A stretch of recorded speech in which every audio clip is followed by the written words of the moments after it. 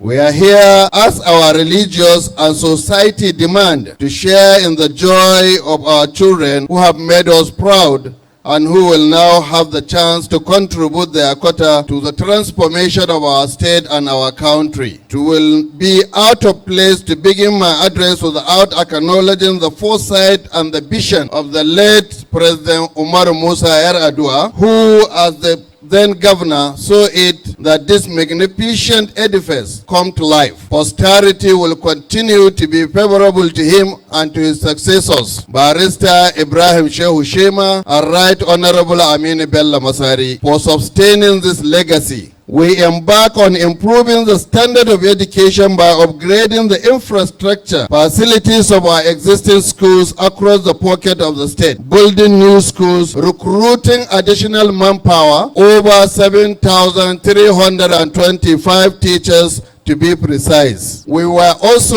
able to pay the outstanding scholarship fee for 2020, 2021, 2021, 2022 for fresh and continuous students to the tune of 648 million naira. We are also approved the payment of 2022 and 2023 scholarship for continuing and fresh students to the tune of 544 million. We have also sponsored 109 students to study MBBS, Artificial Intelligence and Bioeconomy in various universities outside Nigeria. We have also introduced the Award of Excellence to the first-class students by receiving some certain amount. And I want to assure you and I want to announce here that all those students that made to the list of award on today's convocation will be given automatic appointment with the state government. In no distinct feature, we will embark on training and retraining of existing manpower in order to make this important sector